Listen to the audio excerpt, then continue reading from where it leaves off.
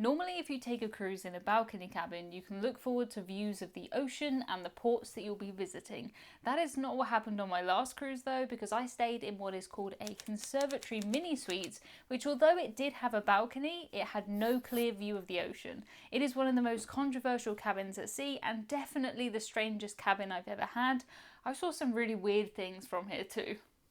There are plenty of reviews and videos online that warn people not to stay in this cabin, but because I had booked what is called a guaranteed cabin, I was automatically assigned this room. Usually when you book a guaranteed cabin, you get given the leftover cabins, and I did wonder if that is what happened here. Still, I was very happy with the cabin that I was assigned, cabin 8304 on deck 8. On P&O's website, the conservatory suites look amazing and it looks as though they have clear views of the ocean, but I knew from looking at the deck plans that there would be a promenade deck between our cabin and the sea. The conservatory cabins are some of the most expensive cabins on the ship, so I was looking forward to finding out what, if anything, made them worth the price. I was sharing the cabin with 2 other adults, so I was looking forward to the extra space that we would get over having a standard balcony, and I had heard that there were a few extra perks that came with the room. I could never have predicted the perks that actually turned up, but more about that later. Looking at the deck plans, I noticed that we were located by the stairs and also that there was a whirlpool outside my balcony. I've never had to think about noise from beyond my balcony before, but I did wonder, would that be a problem? My first impressions of the cabin were very good. I loved the design, and although it was a bit thinner than some cabins I've had, it still felt very spacious and it felt very bright. The sofa bed to my right would become my bed for the cruise, so I hoped that it would be comfortable. The cabin also had a big double bed, there was a TV, there was a desk, a kettle and a coffee maker. I really miss my morning cup of tea when I stay in a cabin that hasn't got a kettle, so I was very happy to see this here. There are biscuits in the back of the drawer too, which are replaced every day, and I think it would be really easy to miss these if you didn't know they were there. So if you do stay in this cabin, make sure you get them and make sure you take them every day. You've paid for them, so take them home if you want. Next, I headed out to the conservatory, as it's called, to have a look around. If you're watching this and you're not from the UK, you might be wondering what I mean by a conservatory. Hudson, what's a conservatory? Really? A conservatory is a room that's mostly made up of glass. When I asked my American friend about it, he said he knew what a conservatory was just from the game Clue. Here in the UK, the game Clue is called Cluedo, and that is your Britishism of the week. The space was decorated in the same kind of style as the rest of the cabin, which I personally really like. It was kind of a neutral Scandinavian theme, and that really suits me. It definitely felt like a go-between space. You're not quite inside, you're not quite outside. There were solid doors at both ends and a big sofa in the middle. At this point, I didn't realise just how much we would actually use this space or what we would use it for in reality. Conservatories can often be called sunrooms, but we did not have any sun really on this cruise. We were cruising out of the UK in February, so that's to be expected. The next room that I wanted to explore was the bathroom. I was very impressed with the size and the design, and the shower was actually pretty big too. We did have a bit of a problem with the shower because it didn't seem to drain very well, so having a shower was a little bit like a race against the water. You'd start showering and soon you would feel as though you were standing in a little pool.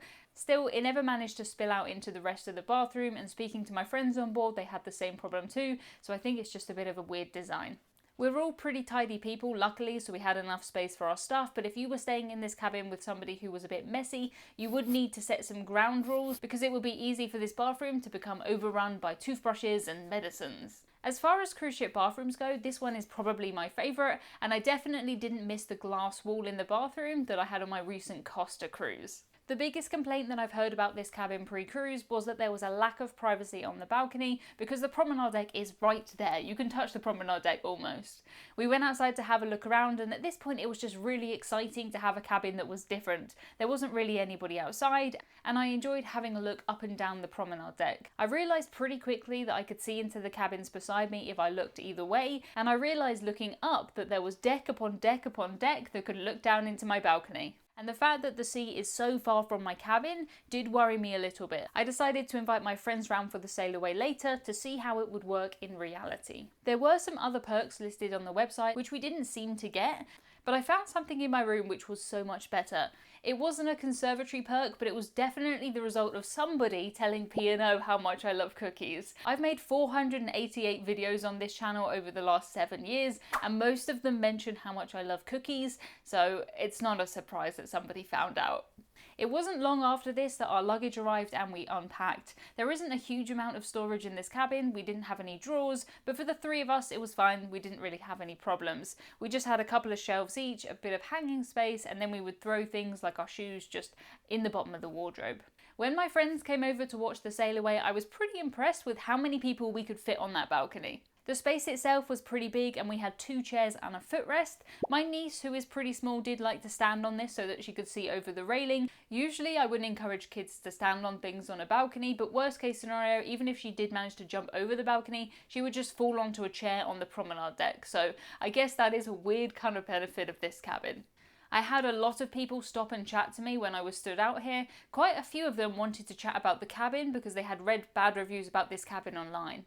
I wonder if they'll ever find this video, that would be quite funny. I think if you're somebody that's cruising solo or just somebody who wants to make a friend, this is the absolute best cabin for it. At this point, I hadn't wandered around the promenade deck completely yet, so I didn't realise how different some of the conservatory cabins were. We ended up going to the top deck to finish watching the sail away, and it was the next day that we started to properly realise some of the benefits but also drawbacks of staying in a cabin like this. I was up pretty late on this cruise and my cabin mates usually weren't, and they do wake up earlier than me. If we were in an inside cabin, there wouldn't really have been any way that I could have slept while they were awake or vice versa, but because we had this extra space, they could sit out in the conservatory and have a cup of coffee and I could stay in bed and vice versa. I did joke at one point that they should just leave the balcony cabin doors open and I would just climb in from the promenade deck and sleep in the conservatory. I don't think that in reality that's a very good idea though.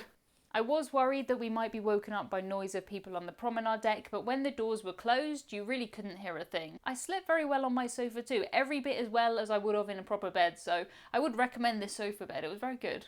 I did find it almost impossible to take a picture on the balcony because there would either be loads of people in the background in my photos, there would be teenagers in the hot tubs, or there would be somebody who was just wanting to chat to me about something. When we sat down on the balcony, we were pretty much out of view. The glass is frosted, so once you're under that, it feels like you're just hiding on your balcony. There also is some sort of reflective tint on the outside doors, so people can't see into your cabin. If it's dark outside and you have the lights on inside the cabin, you can kind of see some shapes, but that's only in the conservatory part. You can't see all the way into the real cabin. We could see people's heads bobbing past though, and that is really strange when you forget what type of cabin you're in. You're used to seeing the sea at the end of your balcony and all of a sudden you're seeing people there. It's really weird. I did spot a couple of my fellow YouTubers, Paul and Carol, skipping along the promenade deck, and I asked Paul if he could sit in the chair that was closest to my balcony so I could see how close I would be if people were sat here. There was a height difference between my cabin and the promenade deck, but when I went for a walk a little later, I realised that the height of the promenade deck increased as you went round, but the height of the cabin stayed exactly the same. I think we were quite lucky with our cabin's position, and I wouldn't want one of these cabins that went straight onto the promenade deck. Then you'd have to really lay down, duck down to try and hide. If you wanted to hide, of course, you could just stand if you wanted. Our cabin really became the hub of where we would meet other people if we were going for dinner or we'd meet in the evenings, not just because of the extra space that we had, but also because of the location right in the middle of deck 8. Very occasionally we could hear other people out by the lifts or the stairs, but it really wasn't a problem. A side note here from editing me, we did hear some interesting noises from the whirlpools. So walk with me to the edge of my balcony.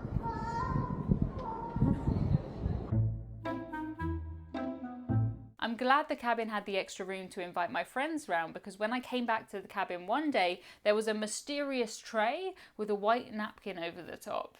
When I pulled this off, I could genuinely not believe my eyes. I was expecting, I don't know, some small canapes, maybe some little cookies, possibly some little cookies, but there were 4 cookies that were as big as pizzas. They were bigger than dinner plates. I did share these with as many people as I could. When my friends were nearby, I'd say, oh, come in for cookies, because it was a lot of cookies. Whoever made this happen, thank you so much. They were very nice.